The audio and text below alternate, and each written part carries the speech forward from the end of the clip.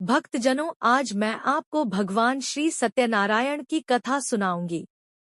नैमिषारण्य तीर्थ में शौनक आदि महान ऋषि मुनि एकत्र होकर महर्षि सूत जी से बोले, हे महामुने, आप समस्त शास्त्रों और पुराणों के ज्ञाता हैं।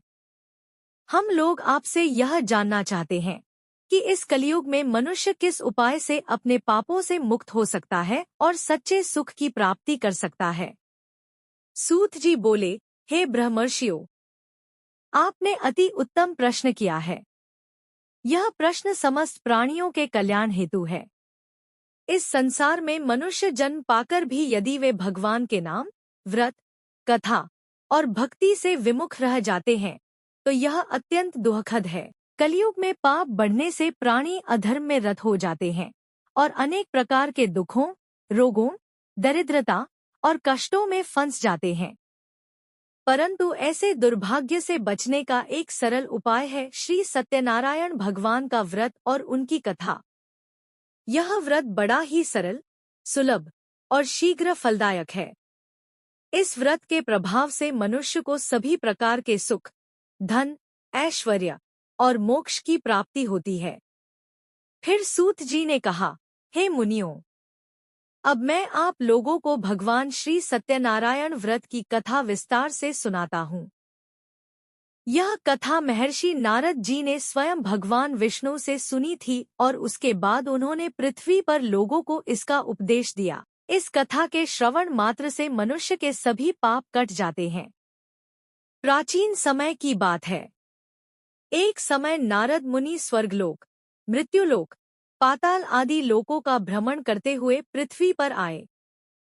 उन्होंने देखा कि कलयुग के प्रभाव से प्राणी अत्यंत दुखी हैं। कहीं रोगग्रस्त, कहीं दरिद्र, कहीं संतानहीन, कहीं धनहीन लोग अपने अपने कष्टों से दुखी होकर भटक रहे हैं। नारद जी को उन सब पर दया आई। उन्होंने सोचा कि इन्हें कोई ऐसा सरल उपाय बताना चाहिए जिससे ये सब लोग दुखों से मुक्त हो जाएं और भगवान का सान्निध्य प्राप्त करें। नारद जी तुरंत वैकुंठ लोक को प्रस्थान कर गए और वहां उन्होंने भगवान श्री नारायण के दर्शन किए। उन्होंने भगवान के चरणों में नमस्कार कर कहा, हे भगवान, आप सर्वज्ञ, सर्वशक्तिमान और करुणा के सागर हैं। हे प्रभु, मैं यह देखकर अत्यंत दुखी हूँ कि पृथ्वी पर मनुष्य आपके मार्ग से भटककर अधर्म में लिप्त हो गए हैं।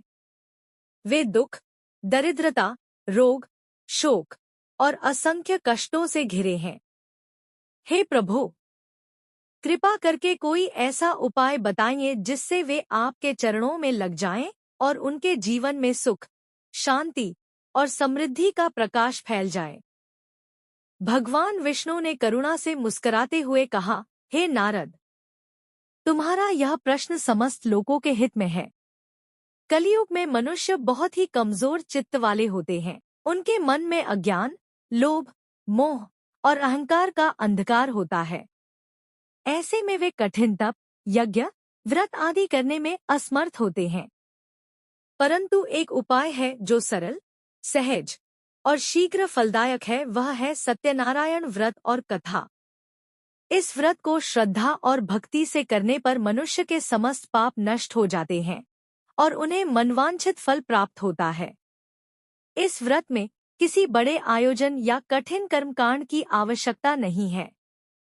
केवल सच्चे मन से भगवान सत्यनारायण की पूजा करनी चाहिए, कथा सुननी चाहिए और प्रसाद बांटना चाहिए। जो मनुष्य इस व्रत को करेगा उसके जीवन के सारे संकट दूर हो जाएंगे। नारद मुनि ने फिर भगवान से पूछा, हे भगवान, यह व्रत कैसे करना चाहिए? इसकी विधि क्या है? किस दिन करना चाहिए? कृपया विस्तार से बताइए। तब भगवान विष्णु बोले, हे नारद, इस व्रत को कोई भी शुभ दिन जैसे पूर्णिमा, एकादशी, संक्रांति, त्रयोदशी आदि को किया जा सकता है। व्रत करने वाले को प्रातःकाल स्नान करके, साफ वस्त्र पहनकर, अपने घर में या किसी पवित्र स्थान पर कलश स्थापित करके उसके ऊपर सत्यनारायण भगवान का चित्र या प्रतिमा स्थापित करनी चाहिए। पूजा में पंचामृत, पुष्प, फल, मिष्ठान्न आदि का उपयोग करना चाहिए। भगवान का पूजन करके कथा सुननी चाहिए। पूजा और कथा के बाद प्रसाद वितरित करना चाहिए और दान करना चाहिए। इस व्रत से न केवल व्रती को बल्कि उसके समस्त परिवार और समाज को भी सुख शांति प्राप्त होती है। भगवान विष्णु ने आगे कहा, हे नारद, अब मैं तुम्हें एक उदाहरण देता हूँ। पूर्व काल में एक निर्धन ब्राह्मण काशी नगरी में निवास करता था। वह अत्यंत दरिद्र और भूखा था। वह भिक्षाटन करके किसी तरह अपना जीवन यापन करता था।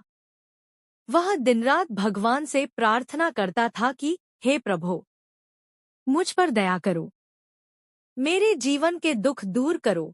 उसकी पुकार सुनकर एक दिन मैंने स्वयं रूप बदलकर ब्राह्मण के पास पहुंचकर ब्राह्मण को इस व्रत का विधि बताया हूँ। हे ब्राह्मण, यदि तुम श्रद्धा और विश्वास से श्री सत्यनारायण व्रत करोगे तो तुम्हारी दरिद्रता दूर हो जाएगी और तुम्हें सुख समृद्धि प्राप्त होगी। ब्राह्मण ने विधिपूर्वक व्रत की विधि जानी और अगले दिन ही उसने व्रत का आयोजन किया। उसने अपने सामर्थ्य के अनुसार भगवान की पूजा की, कथा सुनी और प्रसाद बांटा। भगवान सत्यनारायण उसकी भक्ति से प्रसन्न हुए और कुछ ही दिनों में उसकी दरिद्रता दूर हो गई। उसके घर में धन धान्य और सुख समृद्धि की वृद्धि हुई। वह भगवान का भक्त बनकर दूसरों को भी इस व्रत का उपदेश देने लगा। इस प्रकार सूत जी ने कहा, हे मुनियों, जो मनुष्य इस व्रत को करता है उसके सभी पाप नष्ट हो जाते हैं। उसके जीवन में शांति, समृद्धि और भक्ति का वास होता है। अतः प्रत्येक मनुष्य को चाहिए कि वह इस व्रत को श्रद्धापूर्वक करे और दूसरों को भी इसकी प्रेरणा दे।